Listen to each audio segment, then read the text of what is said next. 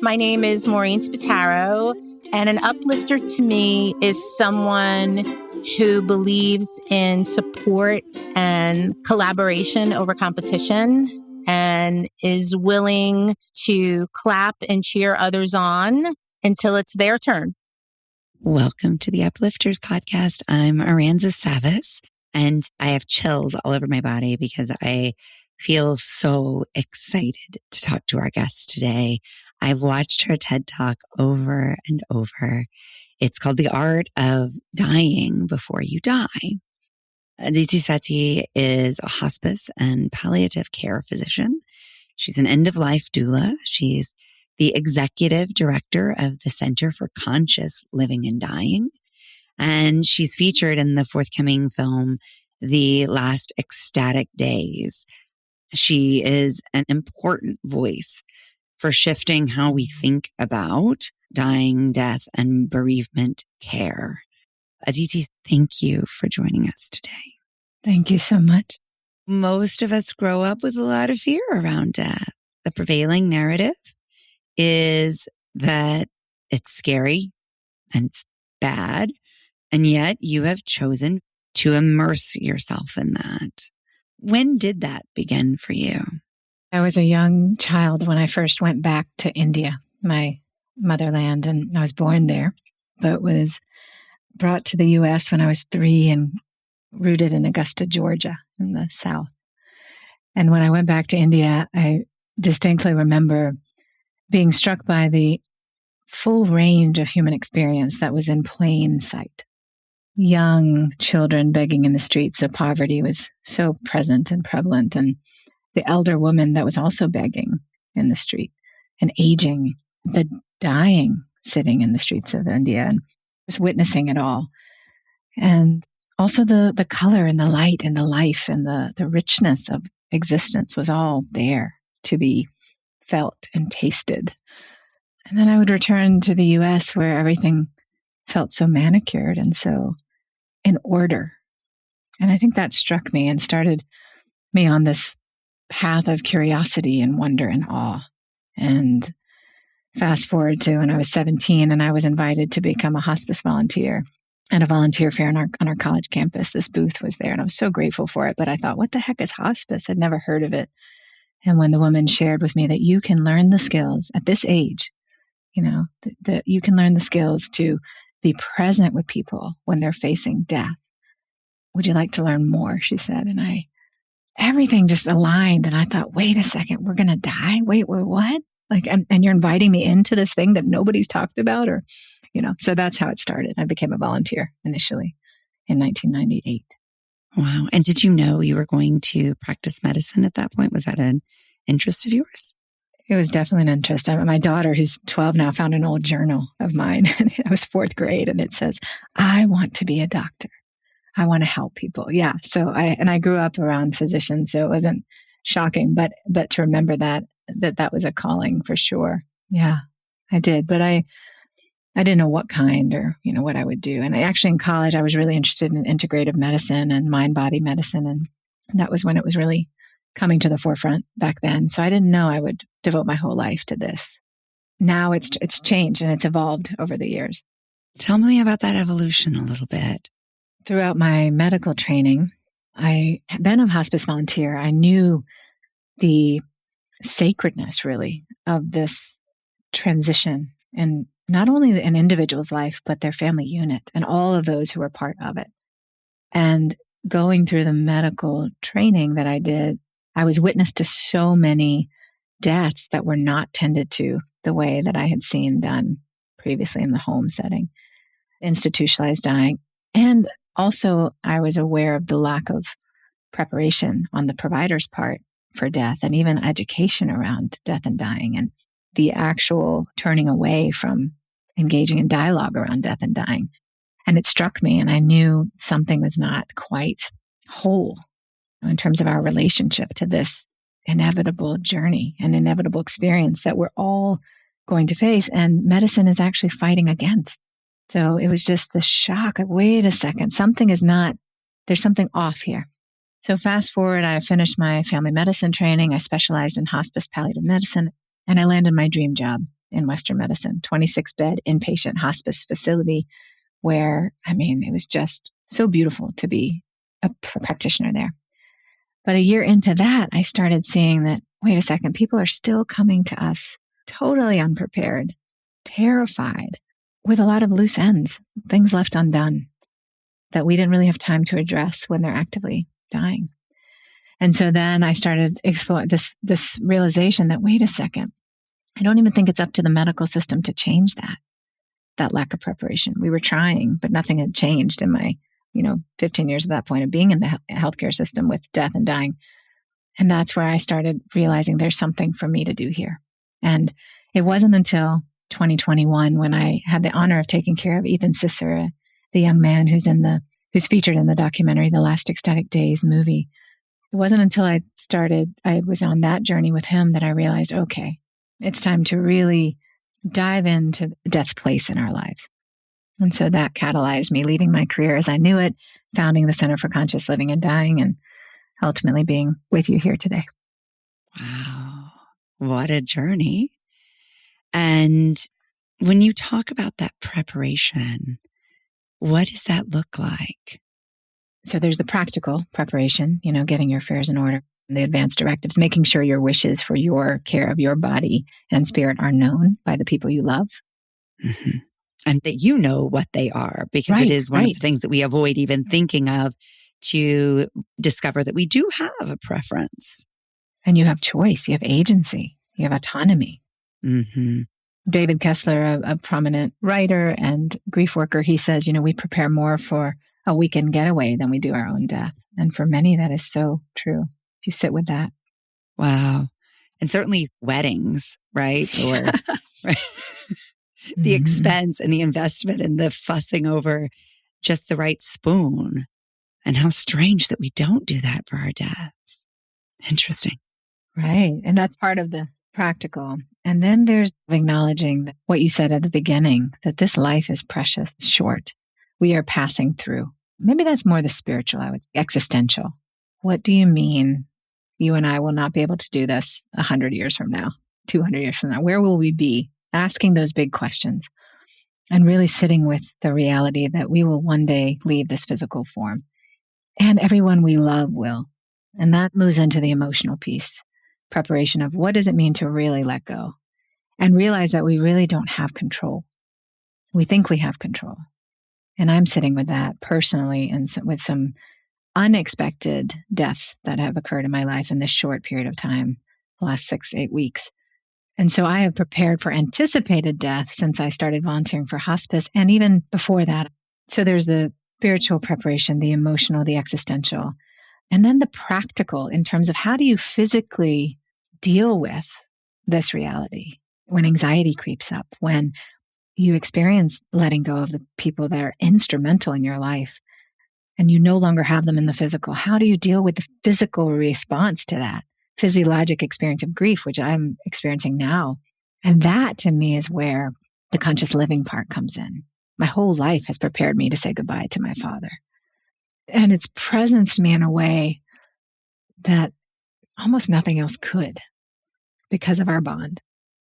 And so having spent some time in meditation and contemplation and having a gratitude practice, so all of that has prepared me for this moment. And I come back to those tools and those practices to really be in the moment with whatever emotion arises. If it's wailing, I wail. If it's, raging, I rage. I just move through each emotion and I just show up in this moment fully here. Yeah, what a beautiful bit of wisdom there. I know you've experienced some big losses recently, and my 16-year-old daughter lost her best friend last year, her only friend. Tragically, she was struck by a subway train. So it was very sudden. There was no preparation, just a little girl. And I look at that against, the slow passing of watching my 94-year-old grandmother who raised me and who's my heart slowly fade and change, and the long goodbye there.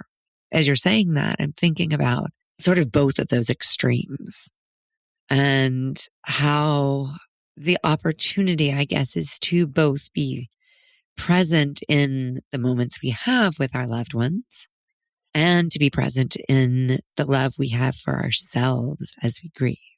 And of course, as a mother, like there's this, how do we guide our children through this? How do we guide ourselves as children forever, as mothers to ourselves through this? Yeah, thank you for sharing that. I've spent my whole life tending to anticipated death. And here I am launched into this initiatory space of dealing with unexpected death. And then there's traumatic death, which what you speak of. And that I'm a student, I'll always be a student, but I'm feeling the beginner's mind here. I don't have answers of how you deal with that. And the tragedy that is faced all over our planet and what humans do to humans, it's beyond words, really. And I think this is where a holistic approach to tending to all the parts of ourselves is essential, not bypassing anything, just really tuning into all the layers that are present and that are needing tending to when we're faced with this type of death, the unexpected, sudden, tragic.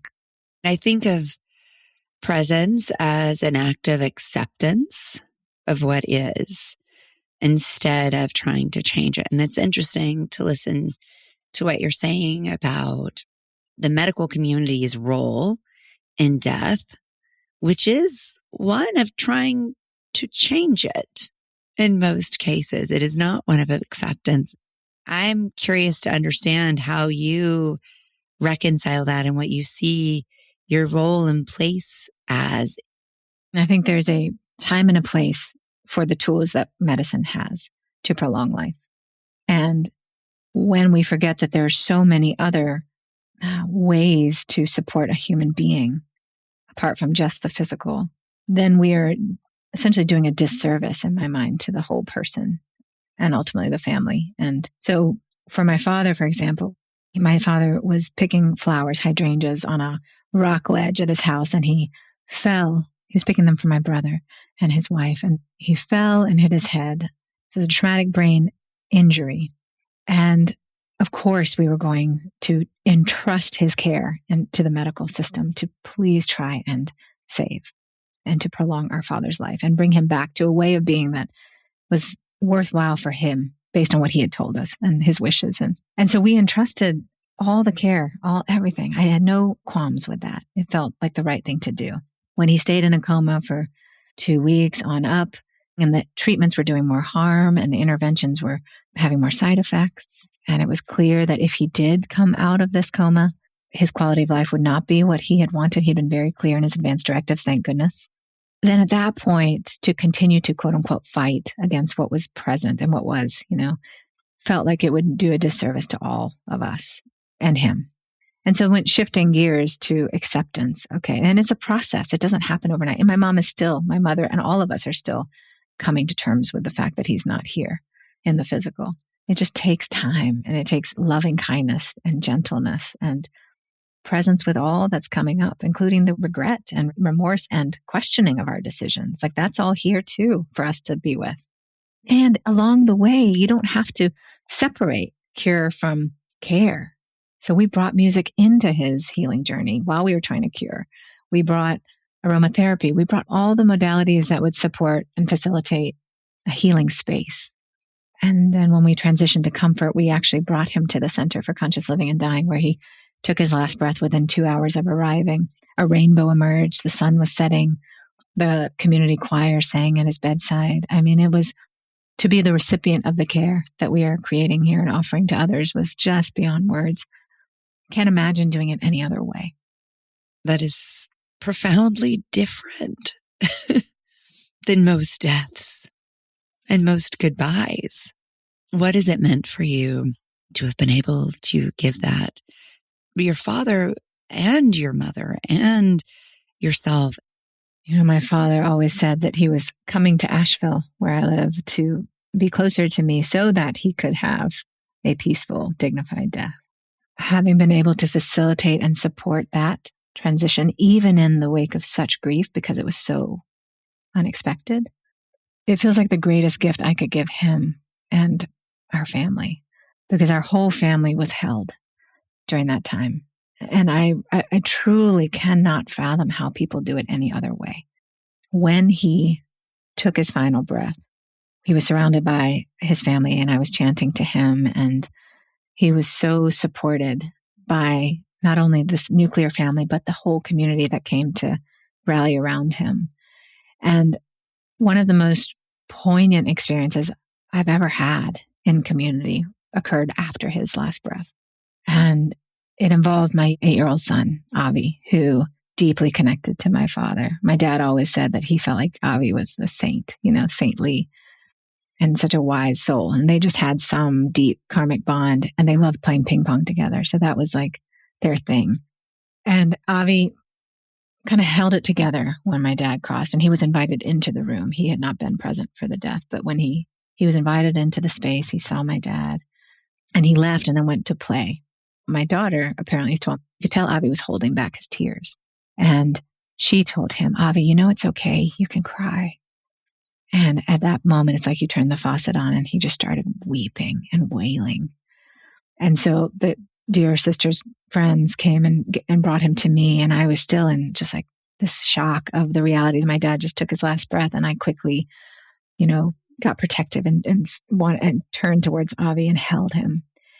And I took him straight to the community fire that was being held. So in this community, when somebody's in their active dying process of fasting, no longer taking in food and water, there's a fire held 24/7, based in the indigenous wisdom ways of vision quest fires, where you hold space for people who are crossing or having their vision quest, and you eat and drink for them so they can have a safe, comfortable journey.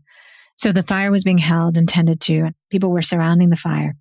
I came with Avi, and all I knew to do was just to hold him and let him wail. And nobody came and tried to fix or take care of us. They just held space. They just were witnessing this.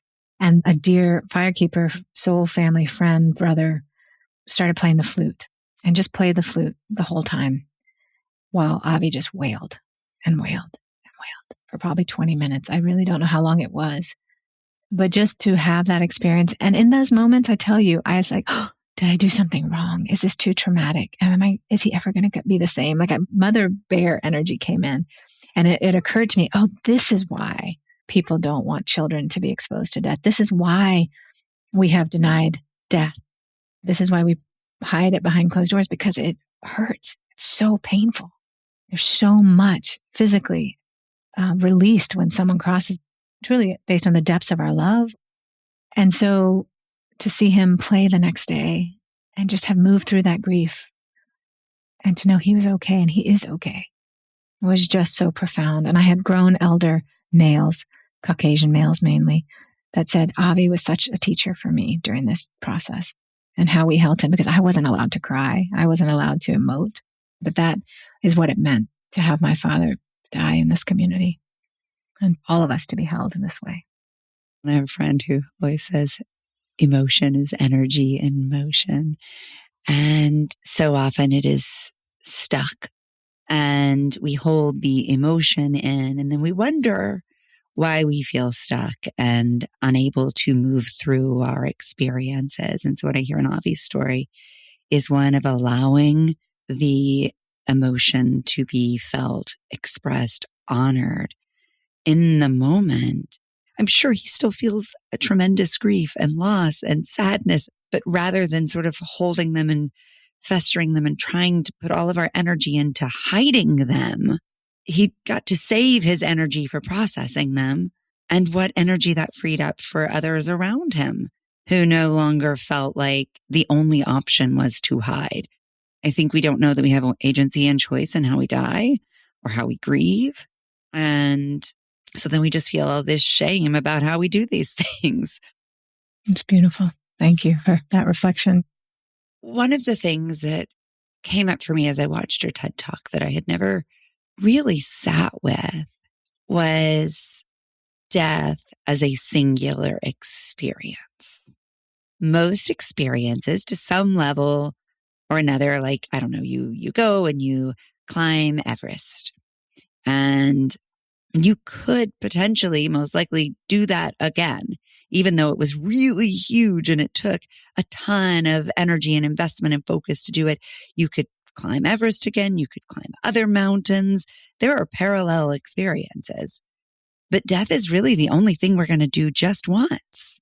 The aha for me was, oh, well, of course it should be the most special then and the most intentional, because we only have this one opportunity to know what that is like. Yeah. And to the extent that you can prepare and create an experience that reflects how you live, that's a blessing. So most of us don't even take advantage of that blessing or don't acknowledge that blessing of an anticipated death. And I think, this psychedelic renaissance, if you will, that's happening now, people are actually getting to experience parts of themselves dying and practicing for the ultimate release. And people are hungry for it. There's a yearning for it because you get closer and closer to that essence that may be eternal. Maybe we have done this before many times. Yes, we died at this incarnation, this physical body, this human experience. But what if we've done this many times before? I don't know. Some would say we have.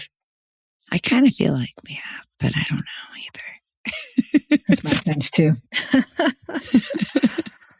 Yeah.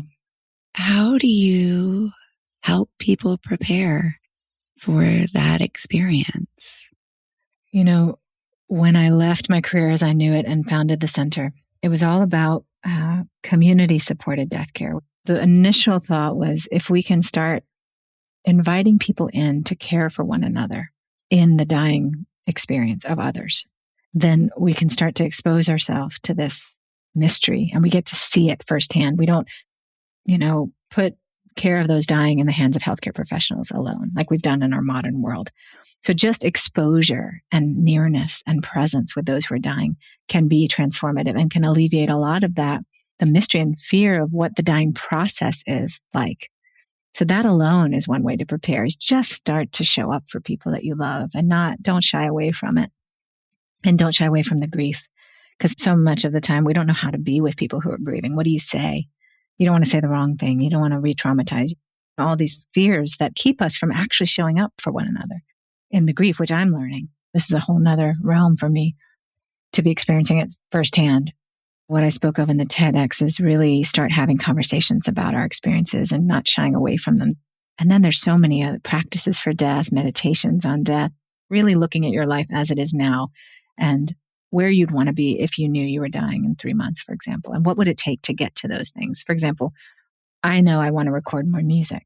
And if I were to die tomorrow, I would, on some level, or if I knew I had 3 months left to live, I would be regretting that I haven't recorded more music. So I'm going to do that now, actually this weekend. And so those sorts of things, like what would it take now to help you prepare practically? You talk about small D deaths and how managing those can be a teacher for us. Can you explain that? With the death of my father and my dear friend, Tara Dyer-Gill, my father's name is Aditi Sethi, I truly feel like there are parts of me that are actually dying and reorganizing, and like my whole inner landscape is shifting. And so, there was a certain connection in the physical and all the realms, but a certain practical day-to-day connection to these people. There was history. There were all these stories. There were all these things, attachments that are no longer here, that are severed, the cords are cut when somebody physically leaves. I don't get to hear my dad's opinions of what I'm doing, and so who am I? I don't get to play music next to him side by side and hear his voice in the physical. So there is this death of the way things were. And I think that's true of any major letting go. Who is the piano player when their fingers are no longer working? Who is the football player who can't run? I think these small D deaths, these small letting goes, these moments of surrender can teach us. Death of relationship, death of a parent, I've said. Now death of a dear friend who's been instrumental for 26 years of my life since we were freshmen in college. So yeah, I'm in one of those transitions right now. And we all face those in many ways throughout our lifetime. Yeah. I mean, I'm in the process of moving to another town and what that means for our identities and our personal narratives and our interactions in our community. And so I think even very happy things can be small d deaths. Right.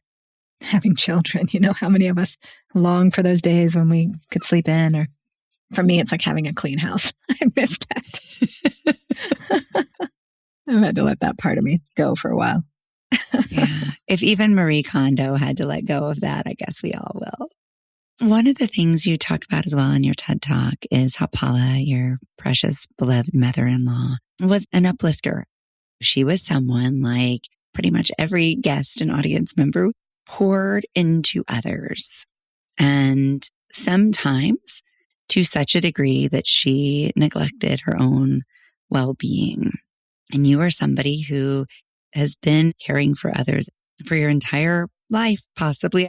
So I wonder what you learned from Paula's passing about how you care for yourself while caring for others.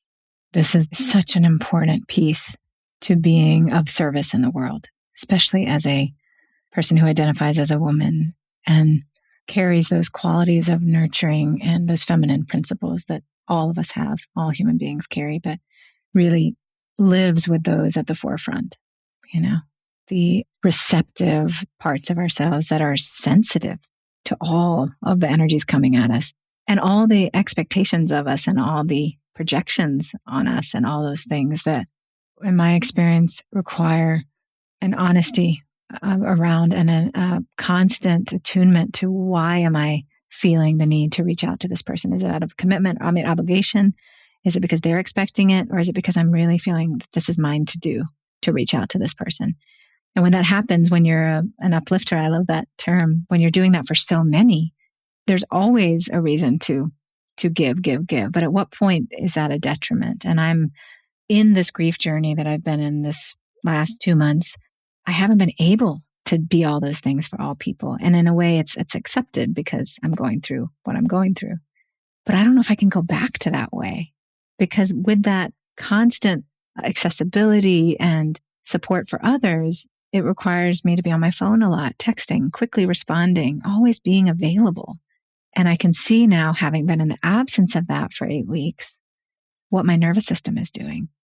There's a stilling, and I mentioned this presence like I've never felt. And part of that is disconnecting from all of the other commitments. And I have permission to do so. But, in the modern world, you have 3 days to take bereavement leave. And luckily, I'm not in that corporate world right now, but that's all you get. And you can't really function. I mean, I don't know when I'll get back to any normalcy, new normal functionality and productivity. But so all to say is it's an evolution, I think. It's an ongoing exploration and honesty that we have to have with ourselves to attune to our self-care and our well-being. What is it that I need in this moment? And am I okay asking for what I need? And is it okay to say no? That's something I've never been good at. And I've started to really play with that. I won't meet everybody's expectations, and that's okay. And that question of what is mine to do, including supporting others on their grief journey through these 2 deaths, pivotal people. I can't tend to everyone's grief. I have to make sure I'm whole when I show up for other people.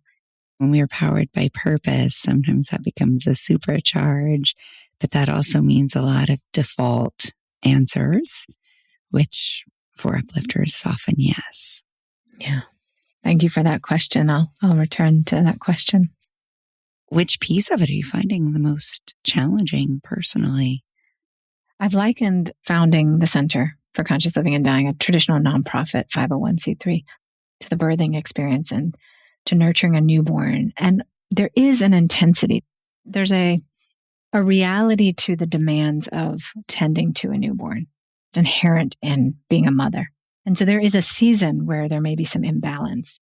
So I think, honestly, the challenges that I felt were really because of the nascency of this organization and all the demands that come from not having the support systems in place and all those things. So I'm not feeling that right now. And I think, again, that question comes in a time where I'm really in acute grief. My friend just crossed last week and I found her. She'd had a brain bleed and she'd been there for a few days. And so that just everything was in slow motion, is in slow motion. And so I am tending to myself. I went swimming today for the first time in 10 years, swimming laps. And part of that was because I was with my mother, who I'm supporting her. We're both supporting each other. And so in this time of grief, there's also great gifts of slowing down and almost a necessity to take care of the self. But why wait till you're having a crisis or a physical ailment? That's the message I'm getting. You can't wait anymore. You can't prolong self-care. We know physiologically that has impact. What you said about emotions and movement, if you bottle it all up, it's going to get blocked somewhere in the physical body that I believe leads to ailments. At this moment, I have no choice but to. There haven't been many challenges other than moving through the grief and with the grief. Or actually, I'll say the little chatter of I'm not productive, I'm not getting all my stuff done. Just allowing space for self-care, knowing that, trusting that all those things will be handled. The world is still spinning. The earth is still in motion. And that all those people who are picking up those pieces are learning new capability. They're gaining a new sense of purpose, being able to support this mission in new ways and to support you in ways that will only expand the potential of the center and deepen their connection to you and the mission. Thank you for naming that. I really couldn't be doing this without the community that has come together. This year, I was really aware of how uncomfortable I have been receiving love. And I had a strong intention that this year I would learn that. I would open my heart to receiving. And when I was on the receiving end of the love and care of this community, it blasted me wide open. And I truly felt all, like on a cellular level, what that love is capable of doing on my physical, spiritual, emotional, psychic well-being. I don't know how to close a conversation like this out. I guess it's a teeny tiny little D. Yeah, that's right. It's its own little transition. Thank you so much for this time and just for creating this platform for conversations like this. I'm so grateful that I get to be with you in this moment in your world. There's a real knowing to my core now and in my bones that each moment is truly precious. Thank you, Aditi, for all you're doing in the world. Thank you. Thank you for listening to the Uplifters podcast. If you're getting a boost from these episodes, please share them with the uplifters in your life and then join us in conversation over at theuplifterspodcast.com. Head over to Spotify, Apple Podcast, or wherever you get your podcast and follow, and rate our show. It'll really help us connect with more uplifters, and it'll ensure you never miss one of these beautiful stories. Mwah! Big love. Painted water sunshine with rosemary and thyme. Dwell in the perplexing, though you find it vexing. Toss a star and hover, be your own best lover. Relish in a new prime, plant a tree in springtime. Dance with idle hindsight, bring the sun to twilight. Lift you up, whoa. Lift you up, whoa. Lift you up, whoa. Lift you up. Lift you up, whoa. Lift you up, whoa. Lift you up, whoa.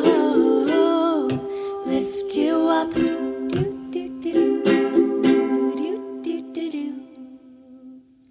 Beautiful. I cried. It's that little thing you did with your voice. Right, in the pre-chorus, right? I was like, Mommy, I had to cry stop. quietly. Mommy, stop crying. You're disturbing the peace.